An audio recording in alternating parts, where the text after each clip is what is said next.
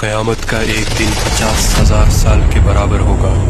انتظار کرتے کرتے لوگ پریشان ہو جائیں گے اور پناہ مانگیں گے کہ کب سوال و جواب شروع ہوگا۔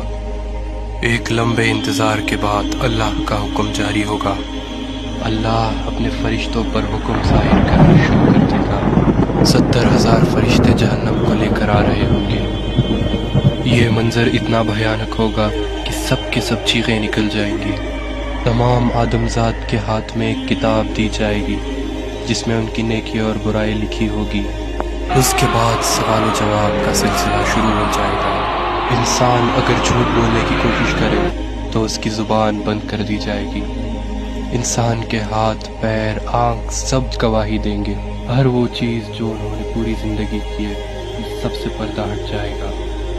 وہ دن یوں بھیانک ہوگا کہ کوئی بھی بچ نہیں پائے گا۔ انسان من ہی من یہ دعا کرے گا کہ وہ پھر سے دنیا میں چلا جائے تاکہ اس کی نیکی بڑھ جائے اور گناہ گھٹ جائے۔ جب انسان اپنے والدین یا اپنے بھائی بہن سے نیکی مانگنا چاہے تو وہ اس سے انجان ہو جائیں گے۔ اس سوال و جواب کے سلسلے میں اللہ انسان سے کہے گا کہ پہلے کتاب کا پنہ پڑھو۔ اللہ اگر اس سے راضی ہو گیا تو اس کتاب میں سے سارے گناہ معاف ہو جائیں گے۔ روز محشر میں ایک ترازو ہوگا جس میں فرشتے انسان کی نیکیاں اور گناہ لکھیں گے۔